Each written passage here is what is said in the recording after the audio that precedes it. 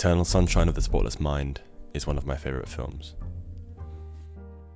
What I particularly like about this film is how Charlie Kaufman's story plays with the well-known conventions of a romantic comedy and transforms the narrative into an ingenious and surreal look into the human psyche. The story, which follows Joel and Clementine through the ups and downs of their relationship, is unlike many films you might class as a romantic comedy. The film plays out through a non-linear plot which allows the audience to be tricked into believing from watching the opening scene of the film that Eternal Sunshine could simply be any other rom-com, which of course it's not. It's so much more. Jim Carrey's softly spoken, calm but solemn narration in the opening scene of the film encourages the audience to view his character as the flawed, unlucky in love man who's going to be transformed by love. To make people feel like crap. I ditched work today. Took a train out to Montauk. We learn in this scene that the root of Joel's general unhappiness is due to his mundane and unsuccessful love life. It's clear he's desperate for something new, which sets him up as the flawed protagonist in search of salvation trope that all viewers are aware of within the romantic comedy genre. But it's not just his narration. Carey's entire performance in the scene aligns his character with male leads from other rom-coms. Right from the outset, Joel's look of disgruntlement purely from being woken up presents him as a character with somewhat of a distaste for life. This irritation and seeming lack of enthusiasm that Joel feels in his life is what leads to the impulsive act of him taking a train out to Montauk, which allows him to, supposedly, meet Clementine for the first time. This makes Joel feel reminiscent of characters such as Andy Zitzer in The 40-Year-Old Virgin and Sam Baldwin in Sleepless in Seattle, both men whose lack of excitement in their lives causes them to be pushed outside of their comfort zones, leading them to meet their love interests in what is known as the meet-cute. This is the moment in which the protagonist and their love interest meet for the first time. In the case of Eternal Sunshine, this scene takes place on the train back from Montauk. All the typical elements of a meet-cute can be found in this scene. The awkwardness. I'm Joel. Hi, Joel. No jokes about my name. Which works as a visible representation for the butterflies both characters are experiencing. The slight conflict. Gee, I wouldn't think that about you. Why wouldn't you think that about me? I don't know, just... And the quirky female character. Oh, my darling, oh, my darling, oh, my darling, Clementine. You were lost and gone forever. Dreadful sorry, Clementine. No?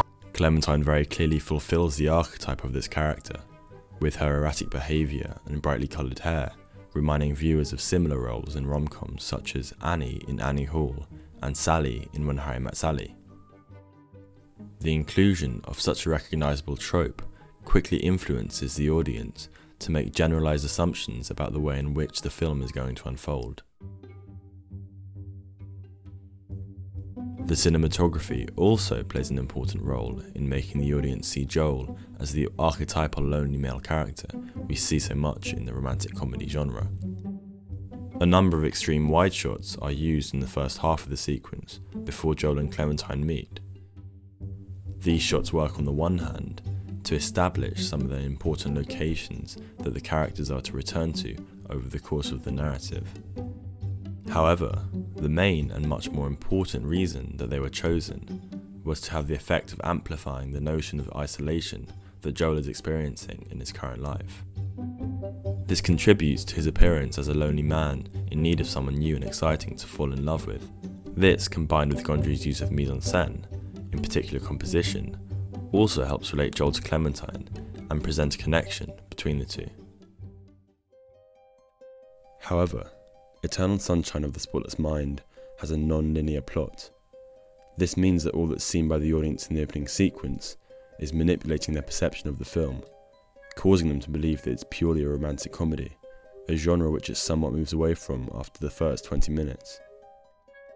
This entire scene doesn't actually take place at the beginning of the story. We later find out that it in fact takes place at the beginning of the third act.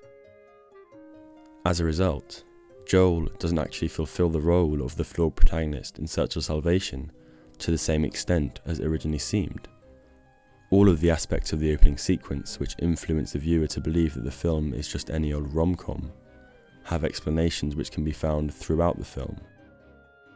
The audience learns that the reason that Joel is in such a funk at this point in the film isn't due to a general unhappiness with his situation in life, but because of the brain damage he's experienced, caused by much of the previous 2 years of his life being erased from his memory. The emptiness he's shown to have isn't caused by a feeling that he's missing something from his life, but because he's actually missing someone from his memory, Clementine.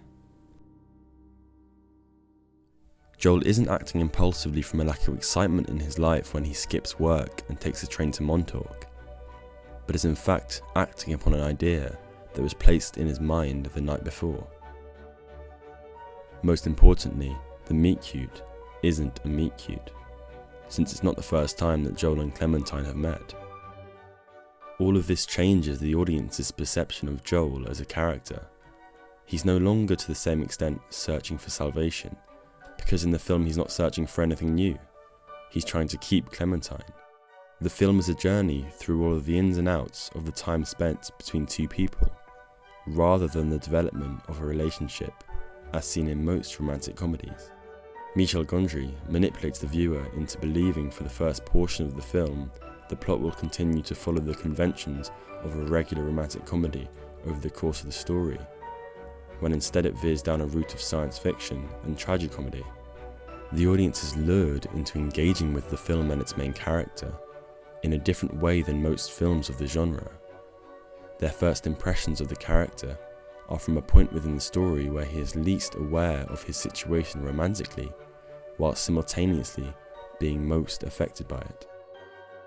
The expectations that the audience have of Joel contribute to the sense of confusion experienced by the viewer when the film starts to move forward in a non-linear plot. The audience isn't necessarily discouraged from interpreting Joel as the flawed protagonist in search of something new. He's just drawn as a less conventional version of this archetype. Gondry and Kaufman deviate away from the portrayal of Joel as this recognizable genre trope, which gives way to a more complex interpretation of the character and his relationship with Clementine, as the audience is given a deeper insight into the protagonist's psyche.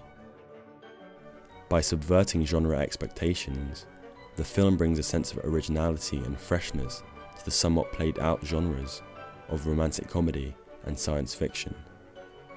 Eternal Sunshine of the Spotless Mind truly shows us something we haven't seen before, and that's something we certainly need more of in film.